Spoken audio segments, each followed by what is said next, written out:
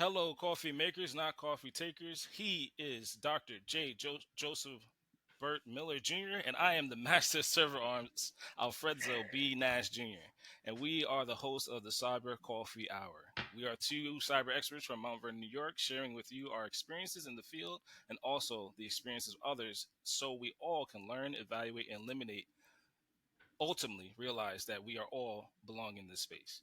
The views and opinions and thoughts of our Cyber Coffee Hour podcast are not those of our employers or professional relationships.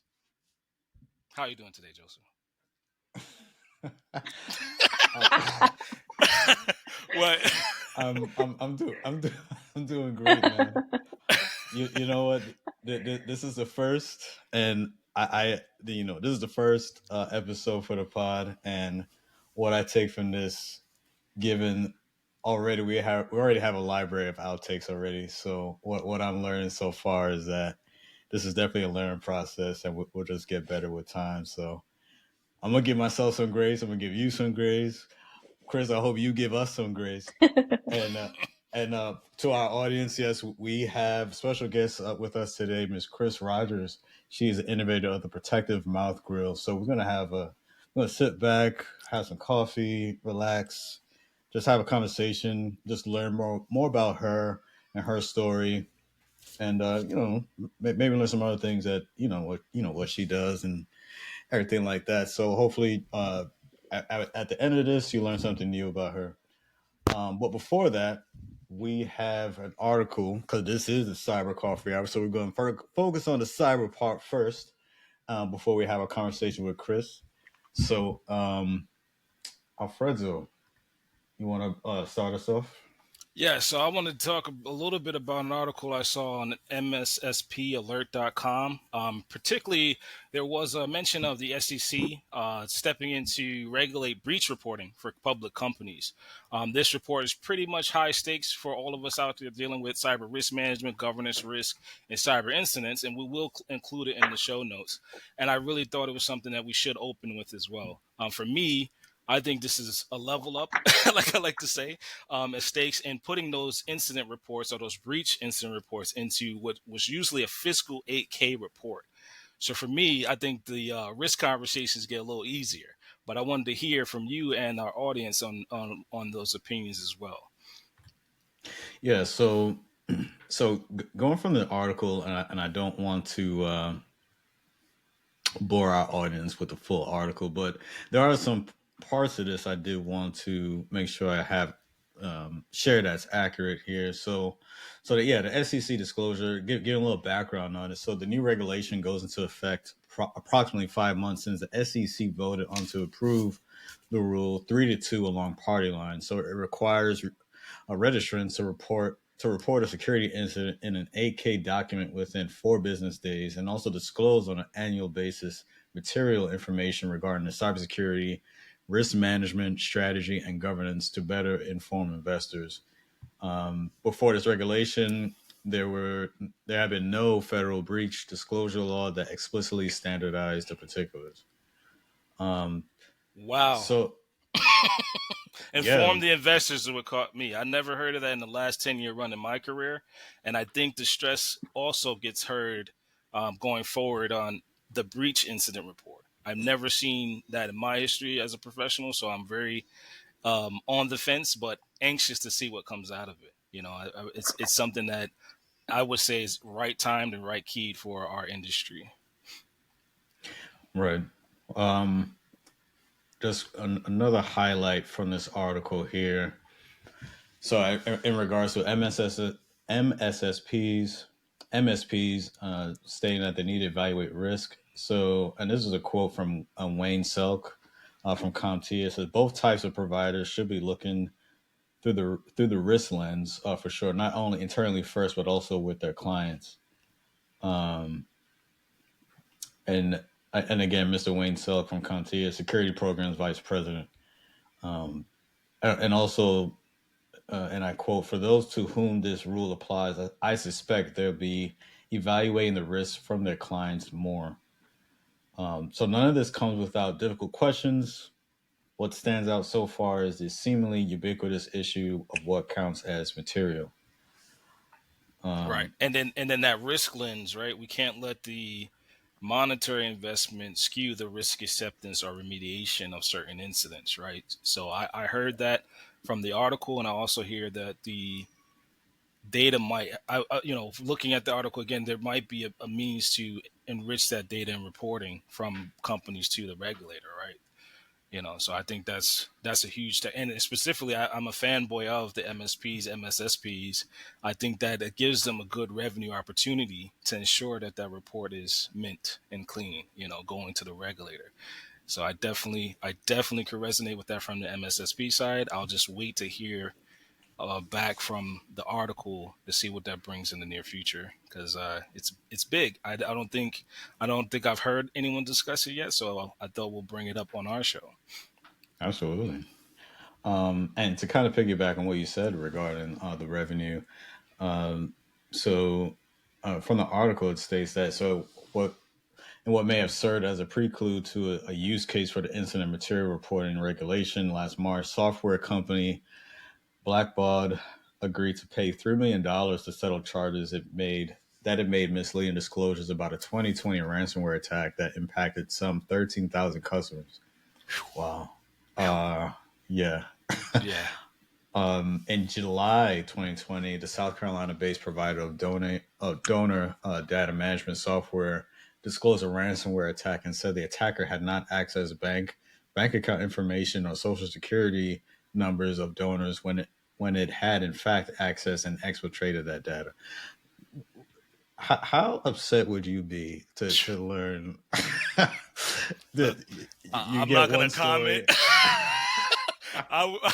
I mean, how upset would you be as a customer? And then think about the how do I say this? Think about the structure to the organization that maintains those customers, right? To Right, admit that data is out in the wild, the software that you use to keep it protected, expose that data, and then it keeps compounding. It keeps becoming this, um, incident. Like, let's be real, it's an incident, right? It doesn't go right. away because it's publicized. It keeps capitulating and growing into something that public companies should pay attention to. I would just say it nicely. Right. And kind of close out on this article. So now this section highlights a perpetrator. So a perpetrator turns in a victim for not reporting breach. So one company may find out the hard way that the SEC regulation isn't fail safe. In the new extortion twist, the rules may have allowed a notorious ransomware group to simultaneously play cop and robber. According to a blog post on databreaches.net earlier this month, in an audacious move worthy of only the most brazen criminals, the ransomware group Alf V, also known as Black Cat, allegedly filed a formal complaint with the SEC claiming that one of its recent victims failed to comply with new disclosure regulations. Yeah, I'm not Uh, going to touch that one. That's a whole separate episode in itself. I'm not going to touch that one. That ransomware as a service is echoed out for years, so we're gonna move on from that. right. Oh wow. And Yeah, that's and a big and one. and I'll just close this out. Yeah, and what appears to be a first, Alfie appears to have reported a Meridian Link, a digital lending service, which the attackers said was aware of the break-in the day it happened. So to the SEC for failing to adhere to the new regulation, according to the databreaches.net post. Heavy. Yeah. So I like yeah, it. I'm sure that there's going to be more follow up as this, like I said, this story continues to build and just learning more things as these companies that as they try to. I think the biggest thing, like they don't want to no, number one, they don't want to make themselves look bad, right? So they want to kind of paint a story of it's not as bad as it seems, or try to maintain their customer base and make sure that everything's good when really everything's on fire, but they're trying to shield everyone from it. So, but I'm sure a lot of this is going to, that we're going to hear more, learn more about it as this continues to develop. Yeah, definitely. All right. So, That is that. Now, what you've all been waiting for. The great Chris Rogers is here. First, just want to thank you for being on the Cyber Coffee Hour, Miss Rogers. How are you? I'm lovely, having a beautiful day. Nice. Yeah, doing great. Nice, nice. So yeah, so we're very excited to have you on today. We have some, like I said, we just want to keep this laid back, conversational, and just a couple of things as we learn about more about you and also your backstory and as we said that you are the innovator of the protective mouth grill, so we definitely want to learn more about that, your company, and everything that led up to that. So, but just starting off, just kind of going back with your background. So what we understand that you are the daughter of a singer songwriter, a multi talented mother, Miss Zoe Jackson. Um, Yeah, when I so I have to tell you, so when I um, doing my research, doing my homework. Uh, so I read this and I was like, oh wow, okay, this, Mr. Rogers is big time. So, You did but the OSINT research on your research. absolutely, absolutely. But no, but also if you, yeah, if you just want to touch on, because also too, yes, your mother's very talented. Also, and I think that talent has spread to, of course, not only yourself but also your sister, Miss Ciera Rogers, who hmm also has her own company. But I guess if you could just share a little bit about just how much your mother did play a role into like what you yourself are currently doing, and also the impact it had on your sister as well, as she has, like I said, she has her own endeavors. yeah. So, I mean, my mom was a single mom, so we were just pretty much up under her all day. And she was highly into like entertainment. She was a singer. She was doing fashion. She was a model, all the things. So she had us when she was like 19 and 20. So we kind of grew up together and we would always just be where she was. So, naturally that just rubbed off on my sister and I. So it was kind of easier to hop into entrepreneurship because it was kind of like, oh, I've been here before. I've seen this growing up. And we were kind of like, she showed us different types of worlds. So we were like, at age, I don't know, I want to say 10 or something, we would go to like gay brunches or we would go to like fashion show. Like it was just all over the place. And we grew up Pan African. It was just like a big old pot of gumbo. And Wow, yeah, that's how we, I guess, came about. So she's heavily influenced into everything that we do. It's always been us three. nice, nice.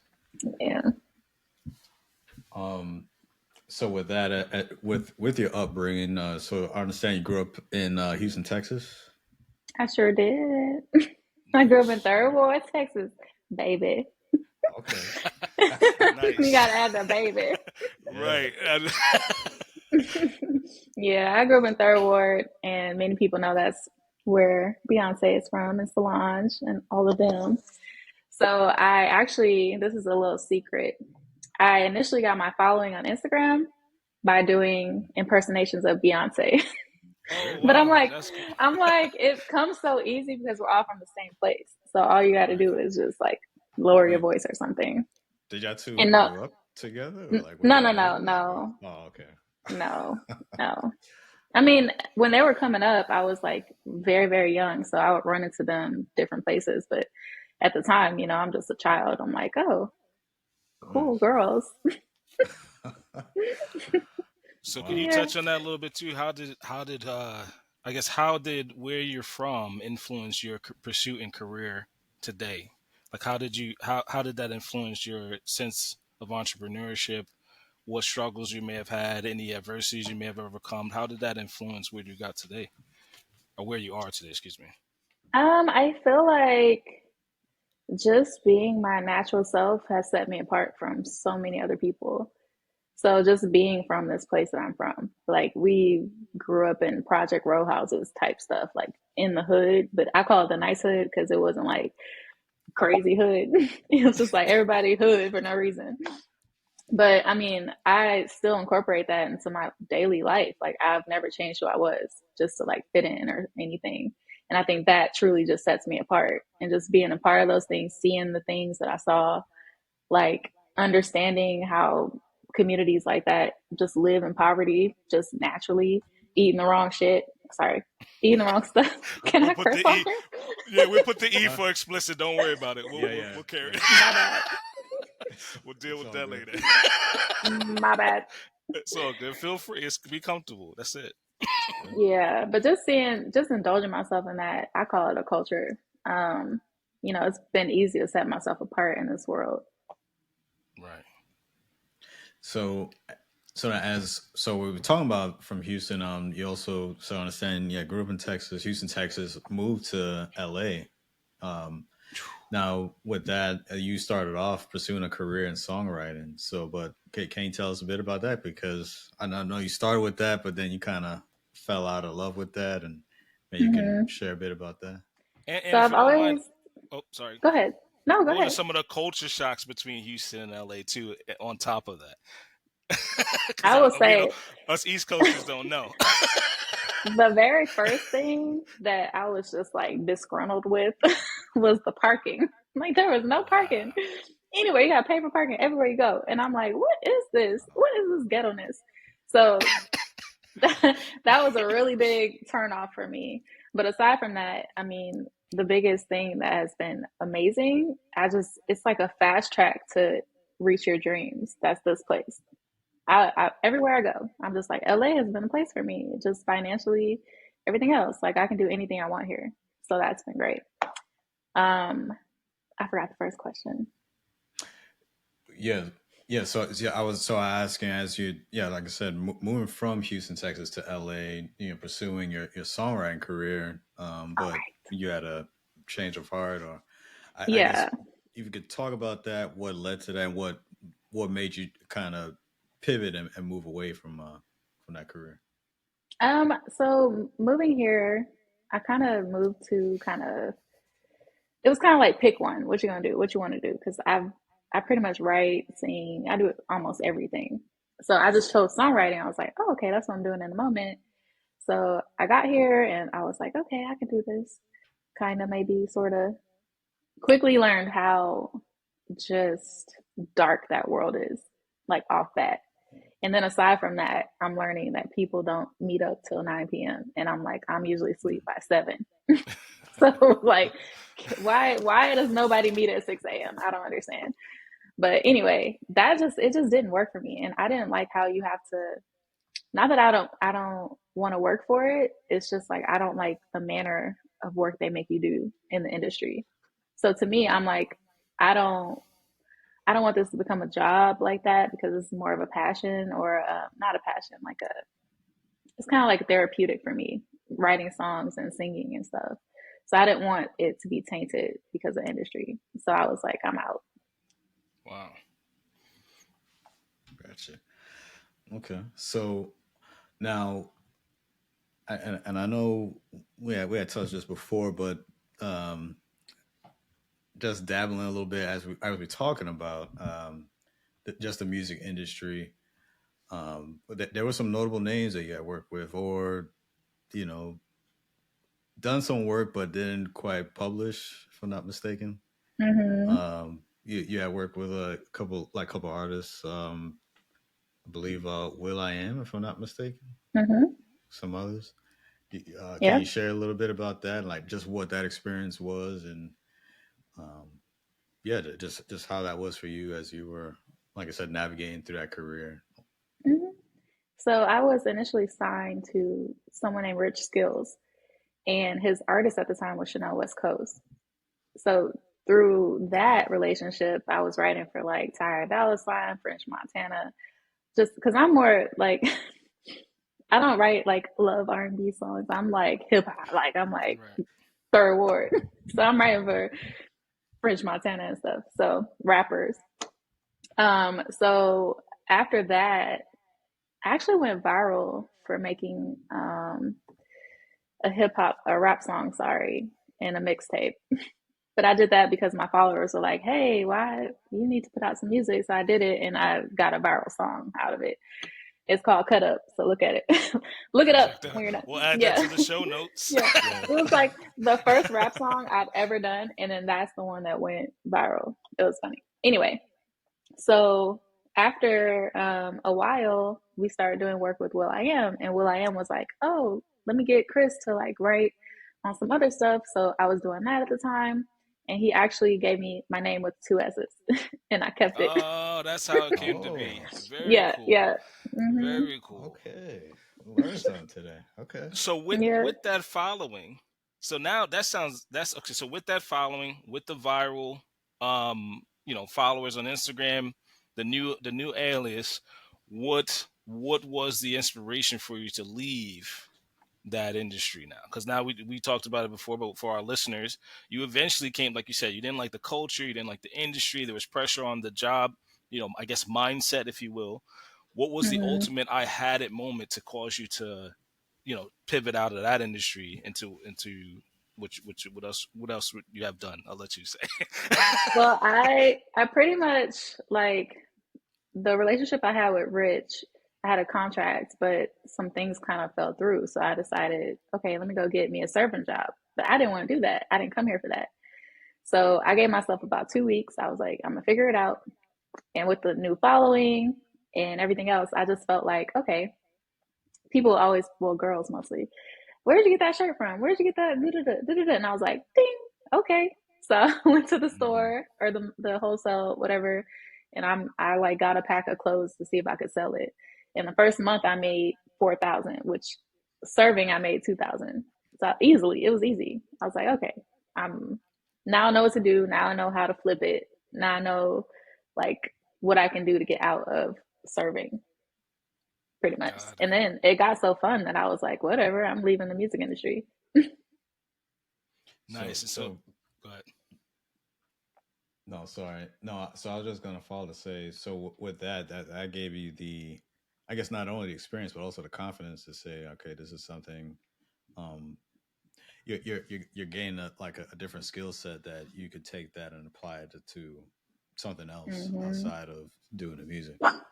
Yes. But I had always been like a server. So I was in the serving industry. So I had experience doing that, like customer service, just learning how things worked. Only thing I'm just gaining knowledge of is how that specific industry worked, which was kind of easy for me because at the time, social media, that's when all the Instagram stores were coming. So Oh, I I just get like, it. So yeah.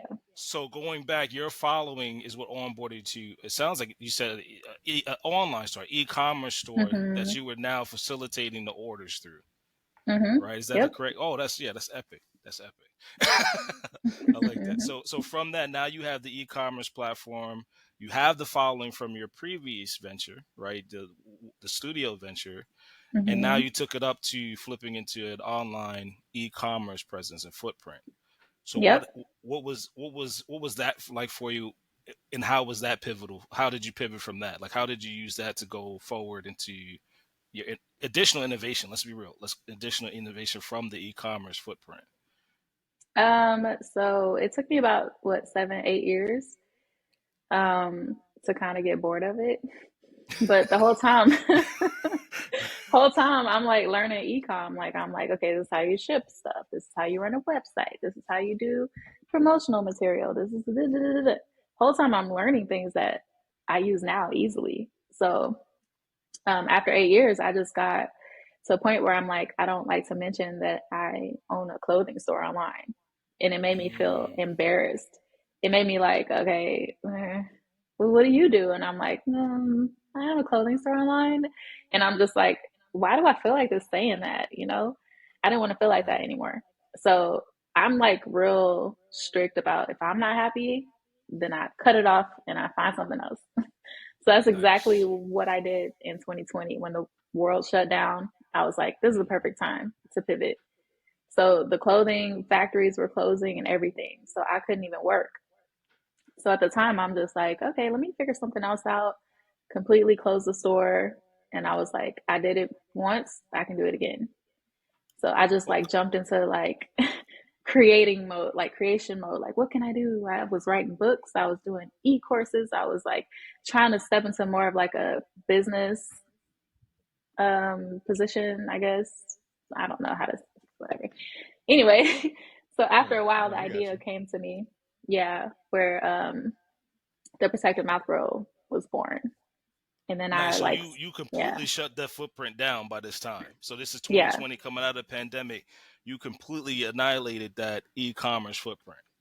yeah. And people were asking me to buy it, and I was like, no, I don't want anything to do with this. But Nice, yeah.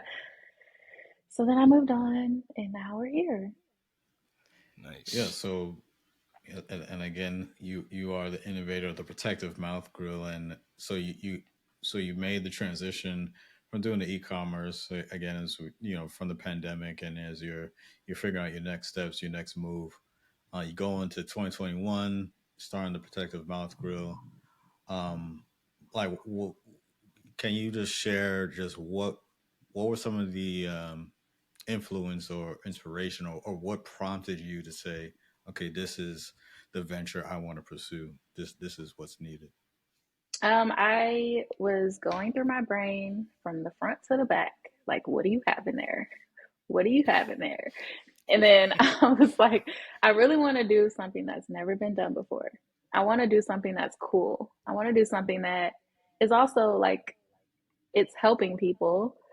And I want to do something that I would wear too. Not that I wouldn't wear any of the clothes that I used to sell. It's just like I was like, okay, I want to wear something cooler. So I would sit there and I would just think about it. And it took so long for the idea to just pop in my head. But at the time, I was doing like teeth straightening or something. And I was like, wouldn't it be cool if this were a grill? So I tried, I was like, oh, there it is. So I tried every day to like make a grill out of this plastic aligner. And I basically learned inside out how to do it. So I'm like putting stuff on top, I'm putting the jewels on top, I'm learning that the plastic has a reaction to this and that. Like I'm like a scientist, but I'm Right. doing this like for was it? It was like 8 months straight, day in day out, day in day out. I'm getting materials. I'm like I got to figure this out. So So in the yeah, you're midst like of a it all, scientist and an engineer at the same, yeah. like in the same stint. So in the midst of it all, I'm like, you know what? I'm gonna figure this out. There's like that's my only option. So let me go ahead and start the patent process. So I'm like, somebody help me do this as far as lawyers. And they're looking at me like, you're creating what now? What is this? And I'm like, just trust me, just trust me. So they're like putting it through the system and the patent went through so fast because there's nothing like it Right. on the market. Um, and then I didn't release them until um, July of this year because I was trying to license it out to people, but I had to Right. prove the market. So yeah, we've been on the market about what 6 months, 7 months. Now, before you Oh reached my out to god! the patent office, did you know you had one of these world-changing innovations, or were you just driven to make this cutting-edge accessory? Like, how did you know, or did you know that was going to be one of those game changers in the industry? Because it sounds like you were like doing a little hardware incubation, you was influencing your research. Like, how did you know, or did not know this was a game changer for you? I don't I just knew it in my heart. Like I wouldn't go so hard behind something if I didn't feel it in my spirit. Like it had to be done. So I just knew like it was going to just be something monumental in this world. I just couldn't believe that my little ass did it. I'm like, I mean, that says a lot. Like, so something I always, can you clear up something for us both too, and for the listeners of the show? How difficult was that patenting process? Because you hear horror stories through the rumor mills and Mm. stuff like that. But with now you have your innovation, now you have your minimal viable product. You reach out to the lawyer folks. How were you feeling, and how difficult was that entire process for you as an innovator? honestly, it wasn't that hard. I only say that because I I get laser focused and then I just take hard out. Like, I'm like, this is not hard. Impossible is like, it could be hard, but it's not impossible. So Right. the whole time I'm like just piecing things together. Oh, I did it wrong. Okay, let me go back and fix it. How do I do this? Okay, so I'm understanding, I'm having grace with myself that this is a new process for me. And if I don't know, ask questions, and do the research. One thing about me also is that I love to know what I'm talking about. So at the whole time I'm like, what does this mean? What is this? And the lady's like, what is this? Like, we're both kind of like, what is this? But we figured it out together, and it was like, literally it had to take I don't know, probably 3 months. But the patent went through a Wow. day before my birthday. And I was like, this is Oh, a great birthday present. exactly. Yeah. Yeah, that's Perfect amazing. present. Yeah. And that Um. was faster than that was faster than the e-commerce footprint. You said that took 8 months. So that's awesome. That's, Yeah. So, so we're talking about now. I know you had an encounter as you were working through the process, and you know, getting this established. You had met Issa Rae, and I think you had. We're gonna ask her about, asking for some advice, but I we're gonna forgot I take no told you that. she I was like, she how did gave you you know that? we're gonna take notes for this industry now. right. But I understand, like, she gave you some advice back. You can share what she shared with you. Yeah. So the beautiful thing about this is like I involve my supporters in almost everything I do. So my supporters at the time, because I had this vision, I was like, I want Issa Rae to be my co-founder. And I'm like telling people online, like, I want Issa to be my co-founder. And they're like, yeah, we're going to get this for you. They're tagging, sorry, Issa, if you watch this, they were tagging her like crazy. I know she saw that. And then I pop up on her and she's probably like, this girl's crazy. But anyway, I like you're the like one. flew. You're the reason why I'm getting some of that. Mhm. Yeah, so I flew out to New Orleans because she was going to be there when she was, it was a premiere of her new show, Rap Ish. And yeah, I just walked up on her and I was like, hey girl, I just wanted you to know that I want you to be my co-founder of the Protected Mouth Girl. And she was just like, yeah, that shit do be messing your teeth up. And I'm like, yeah, I want you to be the co-founder. And she's just like, I'm flattered, thanks. And then she was like, what do you need me for? You're already doing it. Boom. And at the time, that kind of like hurt my feelings because I wasn't ready to receive it like that. I was like, I thought in my head she was gonna be like, "Oh, that's dope," and I spent like $2K to get to her, like $2,000. On top of that, I was spending massive amounts of money on my business. I was doing so much stuff, so it kind of like broke me in the moment. But later, it was such a big statement or just a sentence because I'm like, "You're right." Like, I gotta get out my own way. I gotta understand who I am. And I did do this all by myself with Right. the help of, attorneys and stuff. But, I'm talking about the whole Protective Mouth Girl came up with it. And I have jewelers, obviously, they help. But you know what I mean. Yeah, the innovation. You drove. I mean, you said so. You were in LA still at that time when you flew from LA to New Orleans. Yes, and I found out Hey, a couple days before. So, it was a little pricey. Okay, but I think that's definitely a great story. Because and I think that even applies even when we talk about cybersecurity. So when I meet with my mentees, um, the biggest thing is it really shows the importance of having a mentor, especially when you're getting started in your career, having someone give that me a moment. can You guys go upstairs. Give me a moment. having someone that can give you those words of wisdom, that encouragement to know that, okay, I'm getting started something new, and knowing that someone is believing in me, that I can achieve and do what I need to do. So I think that's Mm-hmm. a great example of that as well. Stop. Give Yeah, me a she second. definitely Please go helped. upstairs, please. Yeah. Sorry, my kids This want to reminds join me. this This episode. reminds me of the I'm video. sorry. I thought I closed the basement door. I'm sorry.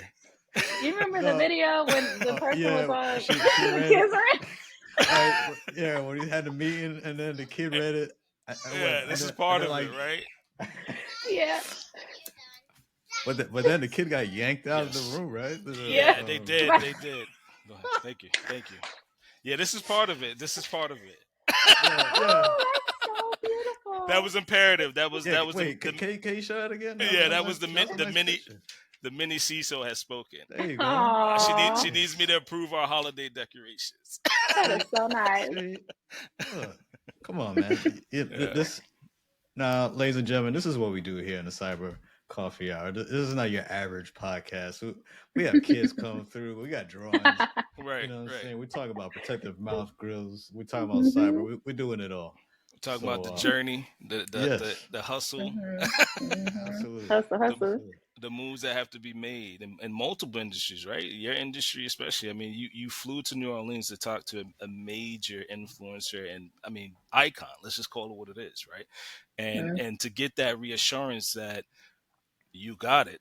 That man, that's like the ultimate enabler, in my opinion. I don't know how to say it any better than that. To get carte blanche and say, what do you need me for? I mean, if I had that Mm, experience in our industry today, I would be through the roof. you I know. mean, it clicked later. I was like, oh, okay. mm, Yeah. yeah, yeah. No, okay. Well, and I did want to ask, kind of going back just a little bit, because we did at the beginning we talked about your sister as well, but if you would just share, I guess, a little bit about I guess for her, because she's an entrepreneur herself. If maybe if you want to share a bit about what she's done, but also too like your upbringing, with you and your sister, was there ever a bit of that maybe sibling rivalry, like trying to fight for the attention and things like that? But did you have any of that animosity, anything like that coming up? Any sibling rivalries or anything, one-upmanship or anything like that? Nah, we weren't like that. We were a year and 3 months apart, so we are like Irish twins, I think they call it. Yeah, that is. And our yeah, our personalities are so different. Like she's like soft and like nice and emotional, and like she's a daydreamer, and I'm all like rough and tough, and like I'm a writer. So we never really had. We were together, but not, if that makes any sense. So there was never like we're arguing over toys or arguing over anything because we were doing separate things most of the time. But yeah, she owns her own clothing store. She pretty much started the whole curvy movement. So you know how randomly is all these plus size this, plus size that. Right, She right. started with the whole Skims style. Yeah. And yes, so that's what she did. She opened her store about 10 years ago and just, paved the way for women to actually look good in plus size clothing, because at the time they just had like the worst. They had like dresses like this. Like what you gonna do with Oh, this? come on. It was What are we terrible. doing? So so yeah, Ciera like paved the way for, this to actually happen. Nice. Very nice. Well, Miss Rogers, we definitely thank you for being on and sharing, of course, about yourself and the Protective Mouth Grill. Definitely wish you much success.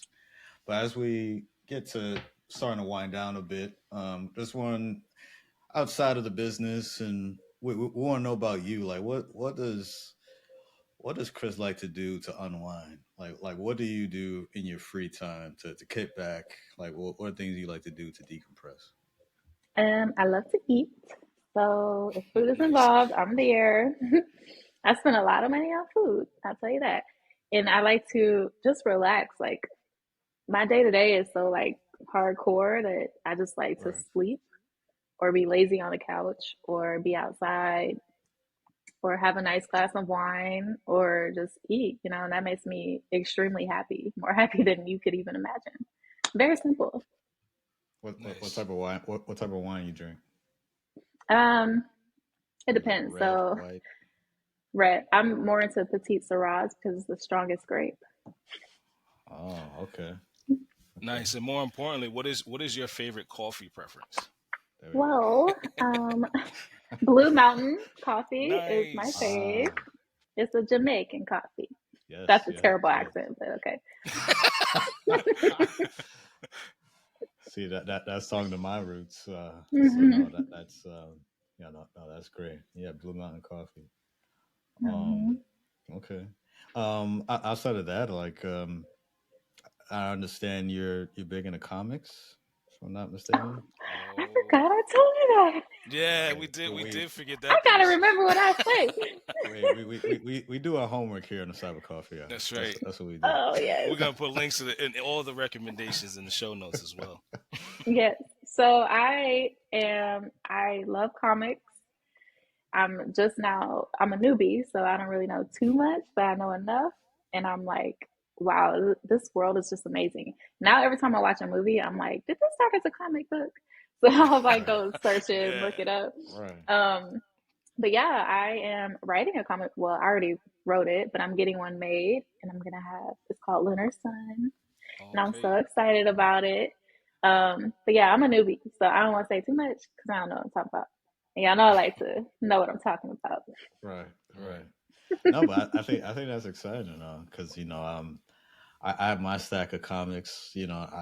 I read through a bit, so learning about that, that's definitely that again. It shows another talent of yours. So that's I definitely look forward to once that's complete. Just check that out. Yes. Are there any you currently reading right now? Um, that's in the Oh, rotation. what's it called? What's it called? You had You know, I Bitterroot gotta go get Saga. them. Bitterroot. Bitterroots. I think we talked Bitterroots about that. Saga. Yeah. The other one was. Did y'all write it Excellent, down? Because I have a brain fart. Excellent. Night Yes. excellent. and All right. Nice House on the Lake, which I'm gonna pick up right Nice. after this. Yeah, nice house. Yeah. I need to go and get volume two of most of those, but yeah, those are pretty And good. and what is excellent about it again? Excellence is about all Black people are born with powers, and Oh. just this one kid was like born without powers. Like his was late to the show, so he was like kind of shunned through the community, and they were like, you're so late to the party," like thinking he's weird and stuff. So Step he your ended up, superpower game up. yeah, step your superpower game up. But it's just a story about that and like fatherhood with Black people and all that stuff, and it's pretty cool. It's pretty cool. I Very liked it. nice. Nice. Okay. All right. Well, again, Chris, thank you. It's been a pleasure having you on the very first episode We're of in the Cyber Coffee production Hour. now. No taking it Yes. back. Yeah, this is it. No, but again, thank you. We're very grateful. We appreciate you, and definitely as you progress, we'd love to have you on a future episode. We definitely once you get that comic book done, we want to Oh have you yeah, back on and talk Right, about right. that. I want to read the yeah, series and come back to it. Make make a yes. follow up. TBD, Absolutely. TBD. Yes. All Thank you right. so much again. Yeah, of Absolutely. course. Thank y'all. All right now. Well, again, thank you, everyone out there. It's a wraps. Episode 1 is in the books. Check us out for episode 2. That's it. Have a good night. Catch y'all next time.